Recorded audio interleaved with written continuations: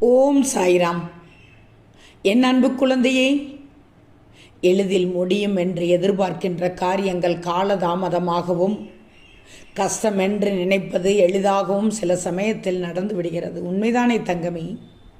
மனிதர்களுக்கு மனிதர்கள் மட்டுமே தேவை என்பது 2 பருவத்தில் உணரப்படுகிறது. எந்தெந்த பருவம் என்று தெரியுமா? ஒன்று வாழத் தெரியாத இளம் பருவம், இன்னொன்று வாழ்ந்து முடித்த முதுமை பருவம். வரவுக்கு ஏற்ற செலவு இருக்கணுமே தவிர செலவுக்கு ஏற்ற வரவுன்னு அலையக்கூடாது. காரணம் இல்லாமல் உன் வாழ்க்கையில் எதுவுமே நடக்காது, நடப்பதில்லை. நான் பார்த்து கொள்கிறேன். வெறும் காரணமே சொல்லிக்கொண்டிருந்தால் எதுவுமே நடக்கப் போவதில்லை. இக்கட்டான சூழ்நிலையில் எவருக்கும் பாதிப்பு இல்லாமல் செயல்பட்டு நல்லது நடக்க மட்டுமே யோசித்து செய்ய வேண்டும் என் பிள்ளை நீ. பயந்து நடுங்கும் அளவிற்கு வாழ்க்கை ஒன்றும் அவ்வளவு கடினமானதல்ல. தைரியமாக இரு. புகழ், செல்வம், அந்தஸ்து, பதவி, அதிகாரம், உறவுகள் என எல்லாமே சிருஷ்டியின் நியமங்களுக்கு ஏற்ப தரப்படுகிறது.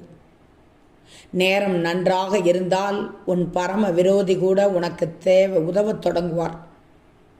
நேரம் சரியில்லை என்றால் நெருங்கிய நண்பன் கூட விரோதியைப் போல நடந்து கொள்வான். இதெல்லாம் கர்ம வினையின் வினோத பலன்கள் தங்கமே.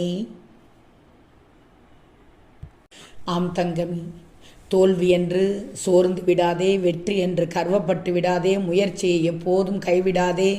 சிங்கமாக இருந்தாலும் பிறர் கண்ணுக்கு பூனையாக இரு. உன் பலம் உனக்கே தெரிந்தால் போதும். பிறருக்கு உன் பலத்தை செயலில் காட்டினால் வெற்றி நிச்சயம் காத்து கொண்டிருக்கிறது தங்கமே. வெற்றி என்றும் நிரந்தரம் அல்லதான். நீ செய்யும் தொடர்ந்த முயற்சியே உண்மையான வெற்றி. தோல்வி என்று எதுவும் இல்லை. உன்னை விட சிறப்பாக செயல்புரிபவர்கள் சிலர் இருக்கத்தான் செய்கிறார்கள். நேர்மையான தோல்விக்கு 2 காரணங்கள் தான். 1, பயிற்சி இல்லாமல் இருப்பது, அல்ல முயற்சி இல்லாமல் இருப்பது. நல்லா தெரிஞ்சுக்கோ. ஓம் சாய்ராம்.